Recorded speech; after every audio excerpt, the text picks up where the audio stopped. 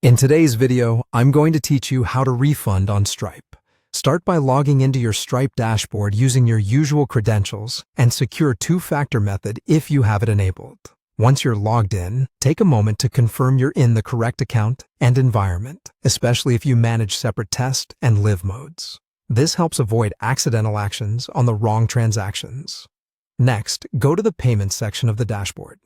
Here you'll see a list of recent transactions. Locate the specific payment you want to refund by scanning for the amount, date, or customer details shown in the payment record. If you have a lot of activity, use the search field or filters to narrow the list, then open the payment entry so its actions are visible. To initiate the refund, click the Overflow menu, the three vertical dots, that appears next to the payment.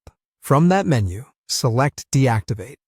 That option will open the refund interface and prepare the payment for processing. The interface defaults to a full refund, so if your intention is to return the entire amount, you can leave the amount field as it is. If you need to issue a partial refund instead, change the amount in the provided field. Enter the exact value you want to return.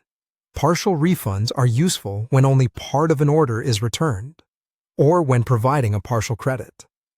Be careful to enter the correct currency and amount, since this determines what the customer will receive back. You will also be asked to select a reason for the refund.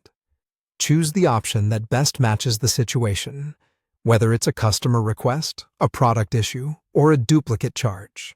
Selecting a reason helps with internal tracking and reporting, and it can assist your support team if follow-up is required. When everything looks correct, confirm the action by clicking the Deactivate button. Once you click Deactivate, Stripe will process the refund automatically for the specified amount. You'll typically see the payment status update in the dashboard to reflect the refund, and the customer will receive any associated notifications depending on your settings. A quick tip: although the refund is processed immediately on Stripe's side, it can take a few days for funds to appear back in a customer's bank or card account due to bank processing times. That's all there is to it.